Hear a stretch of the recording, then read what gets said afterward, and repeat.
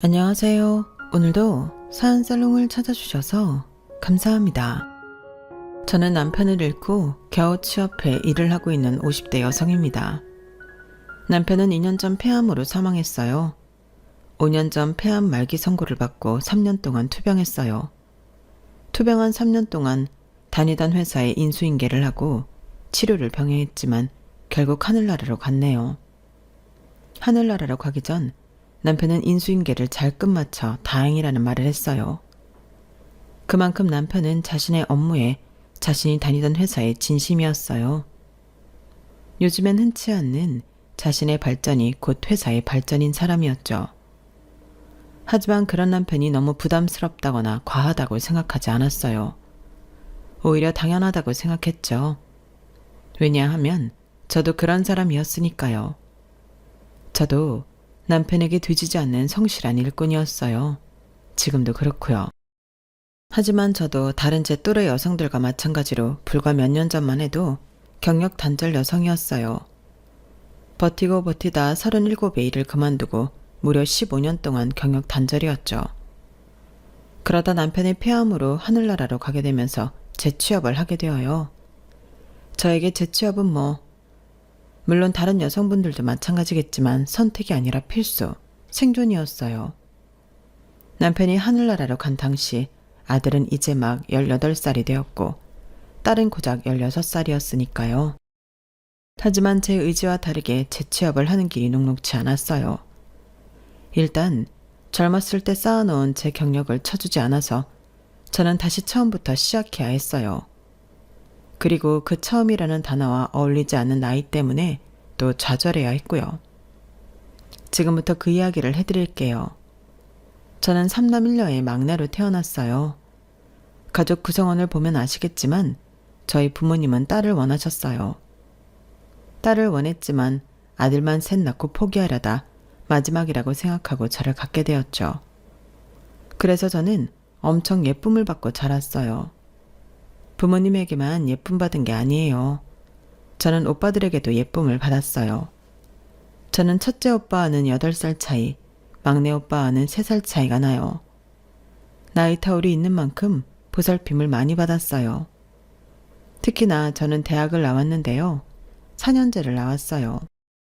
그럴 수 있었던 건 제가 20살 때 이미 일을 하고 있던 첫째 오빠 덕분이었어요. 첫째 오빠가 등록금의 반 이상을 대주었기 때문에 저는 무리 없이 대학 졸업장을 딸 수 있었어요. 물론 서울에 있는 대학을 갈 수는 없었어요. 하지만 저는 그 시대에 여자가 대학을 나온 것만으로도 감사하다고 생각했어요. 그리고 서울로 상경하게 되었어요. 친구와 함께 상경해 옥탑방에서 살았어요. 우풍이 심하고 난방도 잘 되지 않았지만 서울에 산다는 생각에 얼마나 기쁘던지요. 저는 아르바이트를 하면서 취업 준비를 했어요. 다행히 서울에 상경한 지 4개월이 조금 지나서 취업을 하게 되었어요. 그때 친구가 사준 지갑이 명품이 아니라 그냥 시장에서 산 것인데도 아직도 가지고 있을 만큼 그때의 기억은 아직도 생생해요. 저는 한 회사의 인사팀에서 근무했어요. 제가 경영학과에 다니면서 가장 관심이 갔던 팀이 인사팀이었어요. 사람들을 관리한다는 것이 저에게는 매력적으로 느껴졌거든요. 그리고 저는 인사팀이란 사람을 연구하는 일이라고 생각했어요. 회사에 적합한 인재가 무엇인지 파악하고 적재적소에 분포시키는 일이라고 생각했죠. 얼마나 매력적인 일인가요? 물론 본격적으로 인사팀에서 근무하면서 그 실상이 이상과는 조금 다르구나 싶긴 했지만 그래도 즐거웠어요. 재미있었고요. 특히 인사팀은 다른 부서들과의 커뮤니케이션이 중요했고 그 사실이 저에겐 재미있었어요. 저는 많은 직원들과 소통하려고 노력했고 그러기 위해 그들의 정보를 외우고 새로운 정보를 알면 메모하기를 반복했어요. 그러다 제게 눈에 띈 사람이 있었죠. 그 사람은 무슨 요일이든 밝게 인사하는 사람이었어요. 인사팀뿐만 아니라 다른 부서 사람들은 그 사람을 웃는 괴물이라고 불렀죠. 그 사람은 개발팀이었어요. 그리고 저보다 입사를 2년 정도 빨리 했고 군대를 만기 전역했으며 지금 거주하는 곳은 회사 근처 빌라고 여동생이 2명 있다는 것을 회사 인사 시스템으로부터 알고 있었죠. 그리고 저는 그 이후에 그 사람의 자기소개서를 봤어요. 그 사람의 필력은 읽기 좋았고 안 뽑을 수밖에 없는 열정이 느껴졌어요. 그리고 그는 정말 열정적인 사람이었죠. 개발팀에 있으면서 프로젝트를 성공시킨 적도 많았고 그래서 입사한 지 2년 만에 대리로 승진했더군요. 그래서 웃는 괴물이라고 불리는 거였어요. 하지만 그것보다도 무슨 요일이든 웃는 얼굴로 회사에 출근하는 모습이 제게 좋아 보였어요. 그래서 친해지고 싶었어요. 배울 점이 많아 보였어요. 그리고 친해지는 데에는 오랜 시간이 걸리지 않았어요. 그는 성격이 무척 좋아서 저에게 쉽게 옆을 내줬어요. 하지만 데이트 신청을 하기까지는 4년이 걸렸어요. 저는 4년 뒤에 참다 못해 그 사람에게 데이트 신청을 했어요. 그런데 저녁을 먹는 도중에 그 사람이 급하게 전화를 받았어요. 아, 맞다. 잊고 있었어. 지금 어디야? 아, 여기 근처네. 그럼 일단 여기로 와. 그렇게 전화를 끊더니 그 사람이 제게 정중하게 사과했어요. 저 혹시 죄송한데 제가 오늘 사실 조카를 봐야 했거든요. 그런데 제가 잊고 있었네요. 그런데요? 실례지만 부탁 하나 드려도 될까요? 뭔데요? 정말 죄송하지만 애들이랑 잠깐만 같이 있어도 될까요? 정말 죄송해요. 첫 데이트인데 정말 죄송합니다. 혹시 부담스러우시면 오늘은 제가 데려다 드리고 다음에. 괜찮아요. 네? 괜찮으니까 오라고 해요. 사실 저 애들도 별로 좋아하지 않는데 그 사람이 첫 데이트라고 낙인 찍어준 게 기뻐서 그렇게 하라고 했어요. 그리고 얼마 안 돼서 그 사람의 조카들이 왔어요. 6살, 3살이라고 설명하더군요. 그래서 그날 아이들을 데리고 공원에 가서 뛰어놀고 아이스크림을 사주고 그랬어요. 그 사람은 아이들에게도 친절하더군요. 좋은 삼촌인 것 같았어요. 저는 조금 친해진 것 같은 기분에 사적인 것도 물었어요. 아까 본 동생분 6살 아이를 가진 엄마처럼은 안 보이던데요. 젊고 세련된 엄마 같았어요. 아, 동생이 아기를 일찍 가졌거든요. 19살 때요. 뭐 흔히 말해 사고 친 거죠. 아, 그런 사연이 있을 줄은 몰랐어요. 괜찮아요. 이제 지난 일이기도 하고 지금은 엄청 잘 살고 있어요. 매제도 동생이랑 동갑인데 성실하게 일하면서 2 아이의 아빠로 지내고 있어요. 다행이네요. 물론 처음엔 당황했죠. 저 막 혼내기도 했어요. 학생이 이래선 안 된다고. 어떻게 책임질 거냐고 험한 말도 했어요. 그런데 제 동생이 책임지겠다고 하더라고요. 그때 걔 눈에서 모성애를 봤어요. 그렇게 보면 모성애라는 거 엄청 대단한 것 같아요. 그렇죠. 모성애라는 건 없던 힘도 생기게 한다고 하더라고요. 그러면서 저희는 이런저런 이야기를 했어요. 그날을 기점으로 더 친해진 것 같아 기분이 좋았어요. 그리고 그렇게 생각한 건 저뿐만이 아니었어요. 그 사람은 그날 이후로 저에게 더 많은 관심을 보였고 하지도 않던 자기 어필을 하기 시작했어요. 그렇게 저희는 사귀게 되었어요. 그런데 그 사람이 정직한 게 흠이 되더라고요. 그 사람은 저희 연애를 숨기지 못했어요. 결국엔 연애 2개월 만에 연애가 밝혀졌고 이상한 소문이 나게 되어요. 그 해에 제가 대리지만 인사팀장이 되었거든요. 그래서 남자친구가 승진하려고 저를 이용하고 있다느니 남자친구만 편애하는 게 아니냐느니 그런 말이 많았어요. 인사팀원들도 그렇게 생각하더라고요. 그래서 전 버틸 수 없었어요. 처음으로 회사 생활이 힘들었죠. 나 못 버티겠어요. 이상한 소문들, 그게 다 사실이 아닌데 너무 괴로워요. 그래서 저 그만두려고요. 아, 이러면 내가 너무 미안해지잖아요. 그만두지 말아요. 조금만 버티면 사라질 소문들이에요. 그럴 리 없어요. 소문이 점점 더 커지고 이상해지고 있다고요. 제가 그만두고 이직하는 게 맞아요. 둘 중에 누가 그만둬야 한다면 내가 그만둘게요. 네? 어떻게 하려고요? 어차피 올해 언제든 대학 동기랑 창업할 생각이었어요. 시기가 좀 빨라졌다고 생각하죠. 뭐 난 괜찮아요. 난 잘 해낼 테니까. 그렇게 남자친구는 퇴사를 하고 창업을 해요. 그리고 1년 뒤 회사 정원이 50명이 넘도록 성장시키죠. 그러자 남자친구가 저를 회사 인사팀 부장으로 스카우트하려고 했어요. 그리고 저에게 청혼을 했어요. 그래서 저는 결혼식을 올리고 신혼여행을 다녀온 뒤에 퇴직을 했어요. 그리고 남편 회사로 들어갔죠. 남편 회사에서 저는 약속한 대로 인사팀 부장이 되었어요. 사람들이 대표 와이프라고 낙하산이라고 저를 무시하거나 욕할 수 없게 저는 열심히 일했어요. 그러다 1년 뒤 아들을 가졌죠. 아들을 가진 뒤에도 저의 열정은 식지 않았어요. 저는 임신 8개월 때까지 출근을 했고 출산 직전까지 재택근무를 했어요. 그리고 출산하고 나서는 고향에 있던 어머니를 서울로 오시게 해서 갓난아이를 맡기고 복귀했어요. 그렇게 2년 동안 다시 일을 했고 딸을 가졌죠.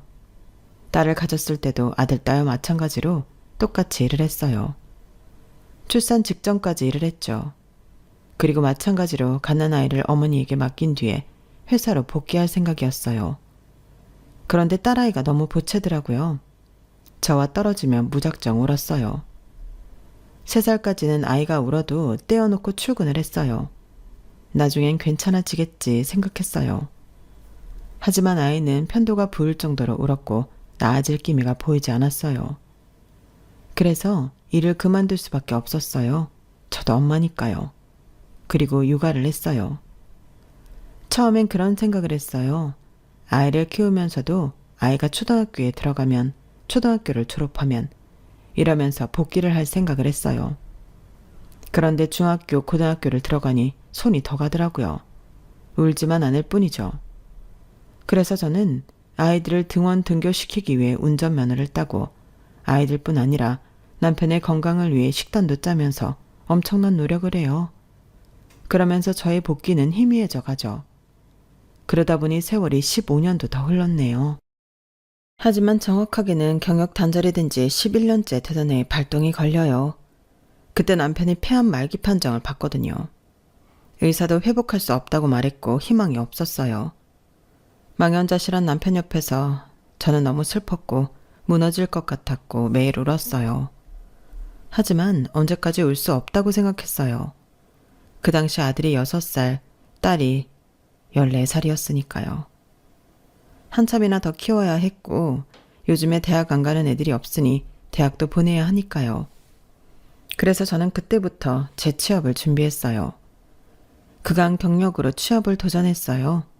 하지만 번번이 실패했어요. 저는 너무 우울했고 깊은 쉬면에 빠졌어요.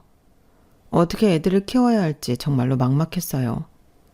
그런 저를 보며 남편이 저를 위로하더군요. 본인 속도 말이 아닐 텐데요. 너무 우울해하지 마. 경력 단절이 왜 단절이겠어? 단절이라는 건 머물러 있다는 거고 그래서 다시 쓰일 수 없다는 거 아니겠어? 그러니까 다른 걸 도전해봐. 당신 할 수 있잖아. 저는 남편의 깊은 위로에 여성 일자리 센터에 갔어요. 그리고 거기서 저는 새로운 희망을 발견했어요. 저를 상담해주는 사람이 제 또래 여자였거든요. 저는 그 사람이 저에게 뭐라고 하는지는 듣지도 않고 대뜸 물었어요. 이 일을 하려면 어떻게 해야 해요? 그러자 그 상담자가 웃으면서 본인의 직업과 되는 방법을 차근차근 알려줬어요. 그래도 인사팀으로 경력이 좋으신데 다른 걸 도전해보셔도 괜찮겠어요? 네, 괜찮아요. 경력 단절이 왜 단절이겠어요? 그날 이후로 저는 직업 상담사에 도전했어요. 저는 2급 직업 상담사 자격증을 취득하는데 1년 반 정도 걸렸어요. 4번의 시험을 봤죠. 저는 자격증을 취득하고 집안 사람들 모두에게 이 기쁜 소식을 알렸어요. 그러자 아들과 딸이 파티를 준비해줬어요. 근사한 식사도 하고 케이크도 먹고 즐거운 시간을 보냈어요. 그리고 남편이 제게 말했죠. 이제 나도 편하게 갈 수 있을 것 같아. 당신도 그렇고 회사도 그렇고 잘 넘겼으니까 정말 다행이야. 내가 사람을 제대로 봤지. 당신은 내가 상상한 이상으로 멋진 여자고 대단한 엄마야. 그러니까 앞으로도 잘 부탁해. 내가 어디서든 지켜보고 보살펴 줄 테니까. 그리고 남편은 이틀 뒤에 하늘나라로 갔어요. 3일 동안 장례식을 치르면서 많은 분들의 위로가 있었어요. 하지만 그 어떤 위로도 남편을 보낸 저를 위로할 수 없었죠.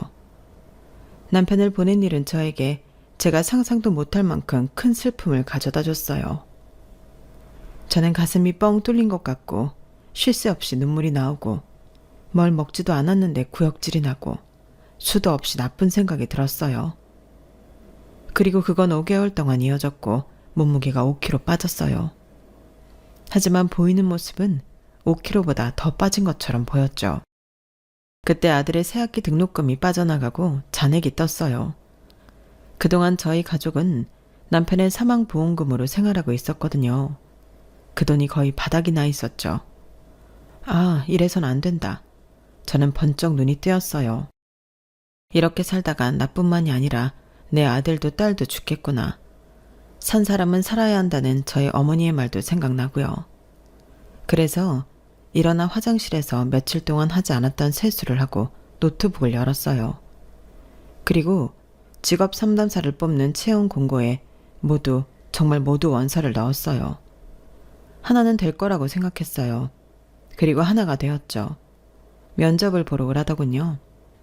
저는 너무 헬스한 모습이면 안 좋을 것 같아서 정말 많이 먹고 잘 잤어요.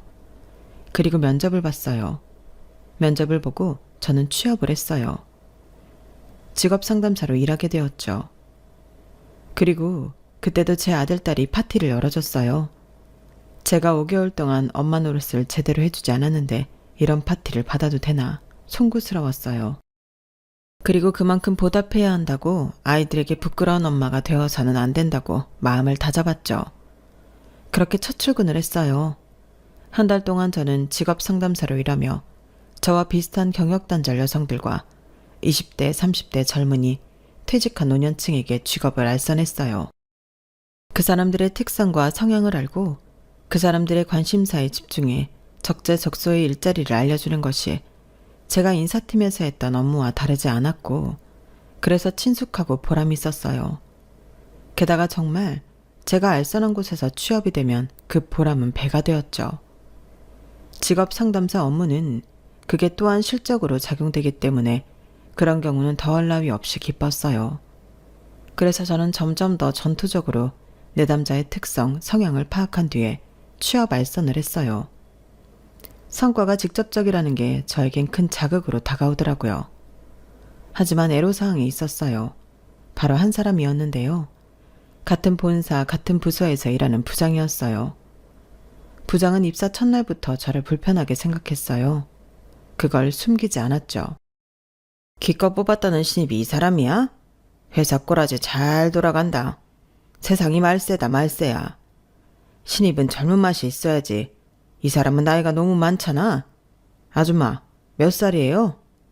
아니, 말하지 말고 들어서 편할 거 없으니까. 나이 많은 신입이지만 아무쪼록 잘 부탁드립니다. 아, 네네.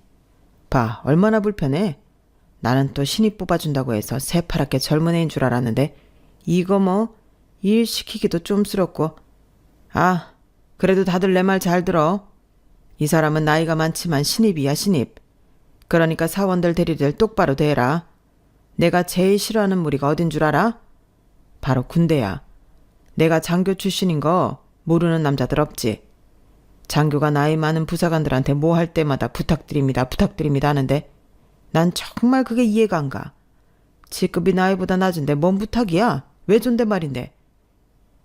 무리의 직급이라는 게 있으면 직급대로 행동해야지. 안 그래? 그러니까 여기는 직급대로 행동한다. 이 사람한테 부탁하지 말고 지시해. 그 위치니까. 알겠어? 부장은 저보다 어린 모든 직원들에게 저에게 부탁이 아닌 지시를 하라고 말했어요. 그리고 본인이 직접 모범을 보이듯 저에게 지시하고 하대하듯 행동했죠. 그리고 부장은 점심 식사 시간이 되면 저에게 눈치를 줬어요. 어이, 지금 네가 할 게 아니지. 수저 놓고 물잔 채우는 건 막내가 해야지. 아, 부장님 괜찮습니다. 제가 할게요. 제가 가깝잖아요. 그러니까 왜 네가 가까운 자리에 앉아? 아줌마, 전에 직장생활 안 해봤어? 알아서 수저통 근처에 앉아야지. 그래서 제가 대리와 자리를 바꿔 앉았어요. 그리고 사람들에게 수저와 물컵을 채워 건넸어요. 아줌마, 냅킨에 받쳐서 내야지. 그건 기본 아니야? 아니 결혼한 거 아닙니까? 그런데 이런 기본적인 예의가 없으면 애들은 어떻게 키웠대? 그런데 그때 제 아들한테 전화가 왔어요. 죄송합니다. 잠시만요. 이러면서 제가 전화를 받으려고 하니까 부장이 물컵을 탁자에 3개 내려놨어요. 식당 모든 사람들이 저희 테이블을 쳐다봤죠. 아니 지금 부장이 말하고 있는데 전화를 받는 건 무슨 싸가지야? 젊은 MZ세대도 아니고 당신이 말이야. 이래서 내가 나이 먹은 신입은 싫다는 거야. 꼴에 나이 많다고 지멋대로 굴려는 것 봐.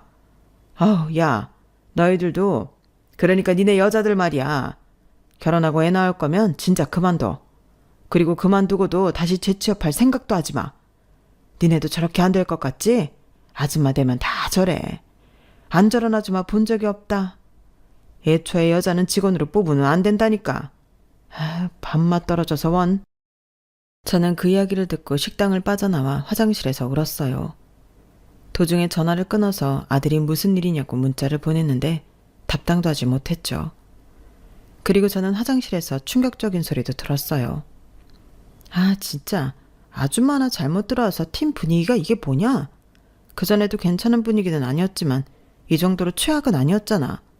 게다가 갑자기 불똥은 왜 우리가 맞는데? 결혼하고 애 낳을 거면 진작 그만두라고? 다시 취업할 생각도 하지 말라고? 뭔 그런 소리래.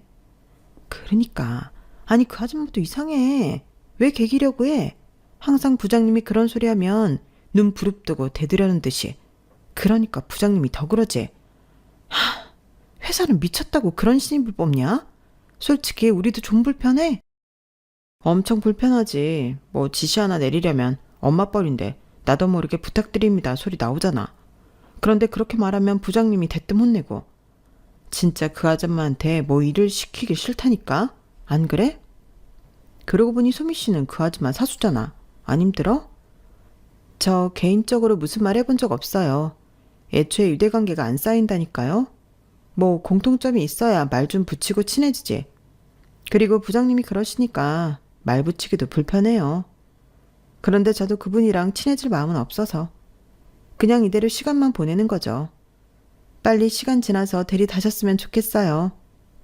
그러게 차라리 다른 신입 들어올 정도로 시간이 지났으면 좋겠다. 저는 화장실에서 그 소리를 듣고 이 회사엔 제 편이 없구나 싶었어요. 그리고 그날은 그 길로 조퇴하고 집으로 갔어요. 집에서 집안일을 끝내고 TV를 봤어요.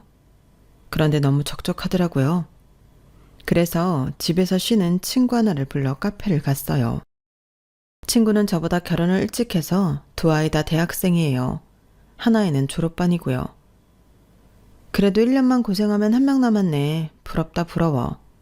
야, 요새는 취업 전까지 아니 취업하고도 키워야 해. 캥거루족 몰라? 아, 캥거루족 들어는 봤어. 너네 애들 알아서 잘하잖아. 안 그러겠지? 캥거루족이 못난 애들이어서 그렇게 되는 게 아니야. 이미 사회가 캥거루족이 되게끔 만들었어. 지금 애들이 일자리 구하기가 좋니? 집 사기가 좋니? 애들이 뭘 할 수 있도록 월급을 안 준다니까? 그리고 뭐 애들도 문제가 있지. 애들 대학 보내면서 애들 눈높이만 높아졌으니까. 어쨌든 이런 이유 저런 이유로 캥거루족은 피할 수 없다니까. 그래서 나도 일자리 구하려고. 어디로 구하게? 그냥 마트나 어디 농사나 도우려고. 아휴, 너도 고생이다. 그래도 너는 그동안 남편이 많이 벌어주기도 했고 네 남편이 워낙 좋은 사람이라 너한테 시간을 줬잖아. 그래서 네가 자격증도 따고 버젓이 직장도 구하고 얼마나 다행이야. 벌이로 따지면 그렇긴 한데 나도 요새 힘들어. 아니 부장이라는 사람이 내 또래인 것 같은데 자꾸 나한테 꾸지람을 하네. 무슨 꾸지람? 밑도 끝도 없는 꾸지람. 나이 많은 신입에 여자라고 그러는 것 같아. 와, 요새도 그런 사람이 있어? 그러니까 이 세상 미래가 암담단 거다. 그런 인간들이 높은 자리에 있으니까 그런 인간이 없어져야 되는데. 그런데 뭐라고 하는데?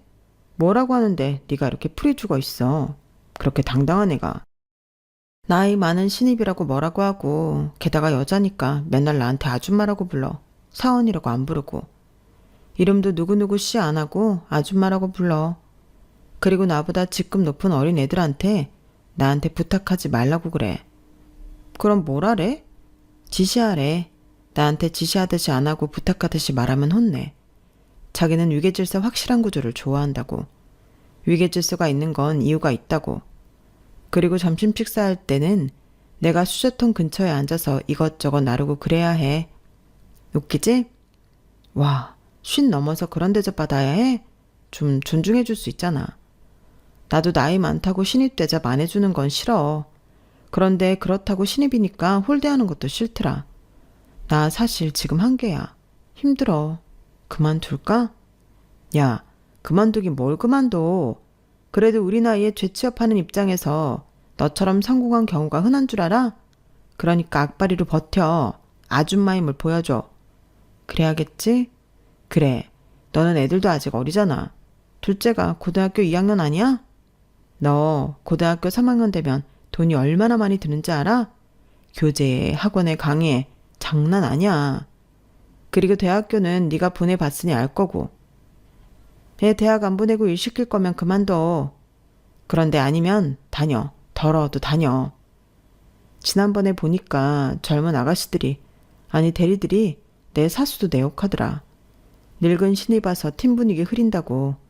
그 이야기 정말 네 귀로 들어봐. 버티라는 소리 안 나올걸?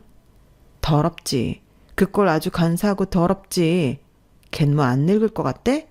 걔네들도 우리처럼 다 늙고 결혼할 거고 애도 낳을 거고 다 우리처럼 되게 되어 있어. 그때 아주 피눈물 흘리며 후회할 거다. 내가 그러지 않고 나는 그러지 않았으면 세상이 달라졌을까 하고 그럴 거야. 그런데 그건 나중 일이고 우린 지금을 봐야지. 당장의 학원비, 우리 생활비 생각해야지. 그러니까 나랑 얘기하면서 훌훌 털어내고 잊고 내일 출근해. 출근해서 웃는 얼굴에 침 못 뱉는다고 웃어. 웃어버려. 저는 친구가 준 용기에 다시 한번 일어났어요. 그리고 저는 친구의 말을 명심하고 출근을 했어요. 커피를 사들고 가서 웃으며 팀원들에게 전했어요. 무슨 좋은 일 있어요? 아니요. 그냥 좋은 일이 있으면 해서요. 그리고 부장이 왔어요. 저는 커피를 부장에게 건넸어요. 그러자 부장이 웬 몹쓸 짓을 본 것처럼 치우라고 하는 거예요. 난 늙은 아줌마가 주는 커피 안 마십니다. 김대리, 나 믹스 한 잔만. 그리고 일이나 하세요. 이상한 수 쓰지 말고. 결제 서류 없어요? 부장이 언제부터인가 결제 서류를 다 저보고 가지고 오라고 했거든요. 저는 제 책상에 놓은 결제 서류를 확인하고 있었어요. 거 봐도 모를 거니까 그냥 통째로 들고 와요. 뭘 한다고 보고 있어? 저는 웃자 하면서 서류를 들고 부장 책상으로 갔어요. 그리고 서류들을 내밀었어요. 부장은 하나씩 사인을 하다가 한 서류에서 멈칫했어요. 오탈자네. 이런 중요한 서류에 오탈자가 있으면 돼? 서류 작성할 때 맞춤법은 기본이잖아. 아, 이건 제가 한 게 아니라 또 그 소리. 나의 실수는 나의 실수고 팀의 실수는 나의 실수 아닌가? 매번 그렇게 변명만 해대는 신입 나는 딱 싫어해. 이런 식으로 일할 거면 때려쳐. 부장은 틈만 나면 저를 혼내고 꼭 때려치우라는 소리를 했어요. 저는 친구와의 다짐을 기억하며 웃는 얼굴을 했어요. 왜 계속 웃어? 이번엔 미친 거야? 아줌마, 내 말을 제대로 알아들은 거 맞아? 이런 식으로 할 거면 때려치우라고. 부장님, 저를 왜 매번 미워하시는지 모르겠습니다. 저 일 못하지 않잖아요. 이제껏 제가 한 일 중 처리되지 않은 건 없습니다. 제가 늑다리 신입이라 싫어하시는 거 아는데 이젠 그만하실 때 되지 않았나요? 제가 웃으며 그렇게 말하자 부장은 하! 하고 헛웃음을 치며 제게 삿대질을 했어요. 오늘 아주 대단히 미쳤구만. 부장 앞에서 못하는 소리가 없네. 나이 값하는 겁니까? 이사원? 네, 맞습니다. 늑다리 신입이라 싫습니다. 됐어요? 그렇게 실랑이를 하다가 저는 자리로 돌아왔고 부장은 씩씩거리며 사수에게 일 똑바로 가르치라고 소리를 질렀어요. 네가 제대로 안 가르쳤기 때문에 저게 나를 물러보는 거야. 알아? 저는 이 방법도 아닌 방법이구나 속으로 생각했어요. 그리고 점심시간이 끝날 무렵 제 사수를 찾아가 사과했어요. 한 번도 화를 내지 않던 사수는 그때 저에게 화를 내더군요. 제가 참은 건 부장님이 저한테 직접적으로 본인 일로 짜증내고 혼내지 않아서예요.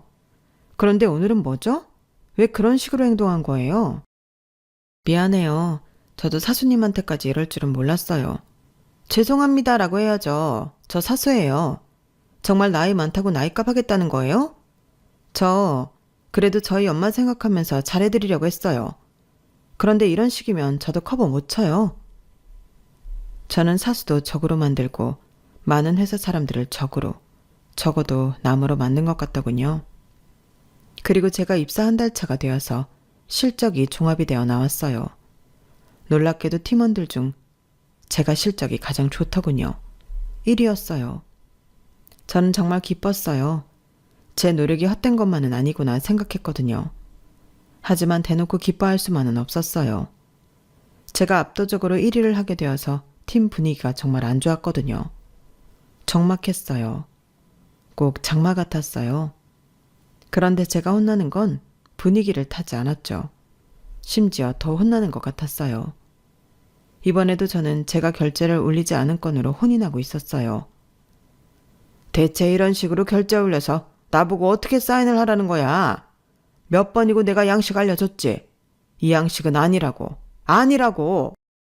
아줌마, 머리 안 돌아가? 돌대가리야? 대체 몇 번을 알려줘야 해? 이럴 거면 진짜 일 때려 치우라고. 애 때문에 그래? 남편 있을 거 아니야. 남편이 쪼달리게 보나 보지? 집구석이 엉망이네. 가져가서 다시 해. 저는 한마디를 하려다가 저번처럼 더 큰 악몽이 찾아올까 봐 참았어요. 그런데 직원들이 다들 일어나는 소리가 들렸어요. 뒤를 돌아보니 한 남자가 들어왔는데 구면이었어요. 제가 삿대질을 하자 직원들이 모두 수근수근거리면서 저에게 눈치를 줬어요. 그리고 부장이 저에게 들으라는 듯 말했죠. 아, 대표님. 한 달 동안 해외 갔다 오시느라 고생 많으셨습니다.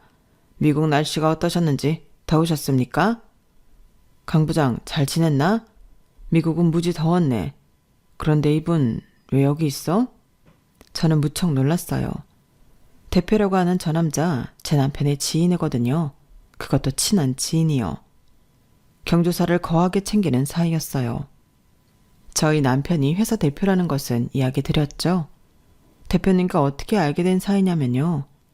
저희 남편 회사가 고연촉진 장려금을 받기 위해서 취업지원 프로그램을 이수한 실업자를 몇 번 받았어요. 그때 헤드헌팅 회사 대표 몇 명과 친하게 지냈는데 그중 한 분이세요. 특히 이분 회사에서 소개받은 직원들과는 상당히 오래 일했어요. 지금 아직도 다니는 직원이 있어요. 저희 부부에게 굉장히 감사한 분이죠. 그럼으로써 서로 윈윈하는 관계였기도 했고요. 그래서 대표님 따님이 결혼할 때 저희 부부가 100만 원을 축의금하고 아버님이 돌아가셨을 때 100만 원 조의금을 했어요. 그리고 대표님은 저희 남편이 하늘나라에 갔을 때 500만 원이나 조의금을 하셨고요. 그런데 어떻게 회사를 모르냐고 하시는 분들이 있을지도 모르겠어요. 저는 사실 남편의 지인관계를 제대로 잘 알지 못해요. 남편이 워낙 마당발이어야죠. 그래서 얼굴과 직책만 대충 알지 무슨 회사를 운영하는지는 몰라요. 그래서 몰랐어요. 모른 만큼 굉장히 당황했고요. 그래서 저는 손을 내리지 못하고 있었어요. 그런데 대표님은 저를 이미 알고 있다는 듯이 제 손을 쓱 내려주더니 가볍게 목례를 하고 악수를 청했어요. 사모님, 오랜만입니다. 잘 지내셨어요? 그리고 사모님 소리에 직원들은 다시 수근수근거렸고 부장은 놀란 표정을 숨기지 못했어요. 아니, 이 아줌마한테, 아니 이분한테 사모님이라뇨. 대표님 무슨 말씀이신지 감을 못 잡겠는데요. 대표님은 손짓으로 잠시만 기다려보라고 하면서 어딘가에 전화를 걸었어요. 인사팀인가? 지금 부장 자리 비어있지? 그래. 강 부장이 다른 지사로 발령 갔잖아. 그래, 나도 알고 있어. 그래서 내가 새로 인사부장 뽑았다고 전달하지 않았나?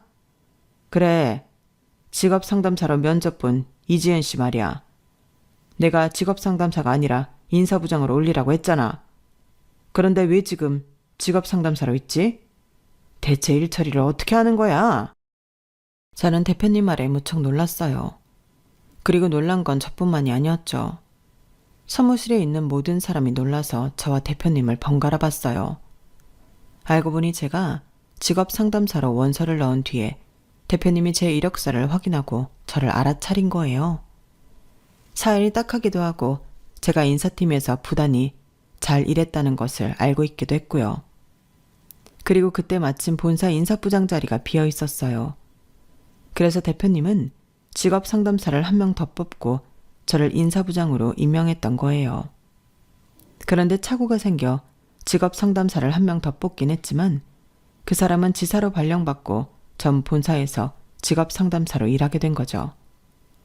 그리고 대표님은 일이 있어 한 달 동안 회사에 출근하지 못했고 그래서 저는 직업 상담사로 한 달 동안 근무하게 된 거였어요.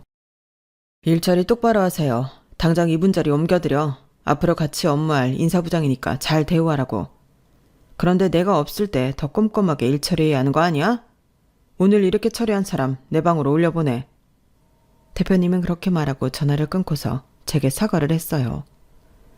제가 분명 지시를 내렸는데 직원이 잘못 알아들은 모양입니다.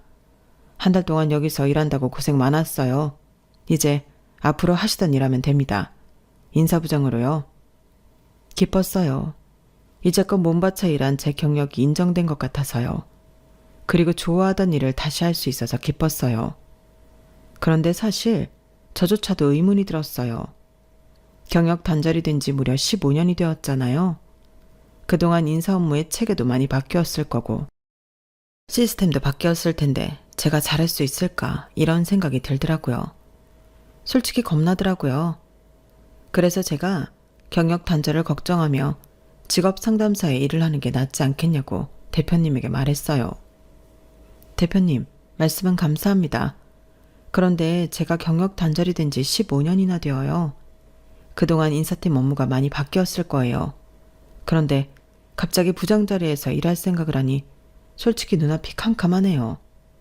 차라리 제가 지금 일하는 자리에서 다시 시작하는 게 낫지 않을까요? 사모님, 아니 인사부장님, 언제 그렇게 자신감이 없는 사람이었어요? 제가 본 인사부장님은 늘 자신감 넘치고 여자라고 주눅들지 않고 남편분보다 더 성실하고 능력 있는 사람이었잖아요. 저는 정식이도 정식이지만 인사부장님을 보고 정식이와 더 친밀하게 지낸 겁니다. 두 분 다 좋은 사람이니까 제가 그렇게 대한 겁니다. 자신감을 가지세요. 분명 부장님은 잘할 겁니다. 이건 돌아가신 남편의 부탁이 아닌 제 자신의 믿음이에요. 남편의 부탁이요? 그 사람이 무언가 부탁을 했나요? 저 멀리 떠나기 전에 저에게 전화를 했어요. 남은 식구들 좀 챙겨달라고. 물론 그 말 때문에 부장님을 뽑은 건 아닙니다. 부장님은 부장님 스스로 무척 가치 있고 유능한 분이니까요. 저는 제가 모르는 이야기에 눈물이 났어요. 제 앞에서 모든 일이 해결되어 편하게 눈 감을 수 있겠다고 하더니 뒤에서 이런 부탁을. 대표님에게만 한 게 아니라 분명 자기가 아는 큰 사람들에게 했을 거예요. 그런 생각이 드니 마음이 무너지더라고요. 그런데 왜 회사로 안 들어가고 다시 직장을 구하신 겁니까? 들어보니 지금도 여전히 빵빵하던데요. 거기 인사팀으로 들어가시기도 충분하잖아요. 아, 애초에 남편 백으로 인사부장까지 간 사람이에요. 그런데 남편 하늘 날아가고 봐달라는 식으로 돌아가고 싶진 않았어요. 새로 부임한 대표한테도 부담스러운 일인 것 같고요. 그래서 직업 상담사 자격증을 따서 새로 취업 준비했어요. 대표님은 역시 대단한 사람이라고 저를 마구 칭찬했어요. 그리고 지금 일에 대해 물었어요. 제가 들어올 때 분위기가 좋지 않던데 큰 소리도 나고요. 무슨 일입니까? 아, 제가 결제 서류 양식을 잘못 알아서 부장님이 알려주시고 있었어요.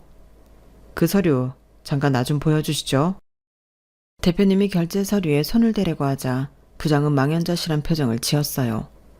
아까도 말씀드렸지만 그건 제 서류가 아니에요. 제 실수가 아니었죠. 대표님은 서류를 쓱 봤어요. 그러더니 의문스러운 표정으로 저와 부장을 번갈아 쳐다봤어요. 인사부장님 성함이 아니잖아요. 이 서류 올린 사람 누굽니까? 그때 다른 대리가 손을 들었어요. 그런데 왜 이분이 대신 결제를 받고 있죠?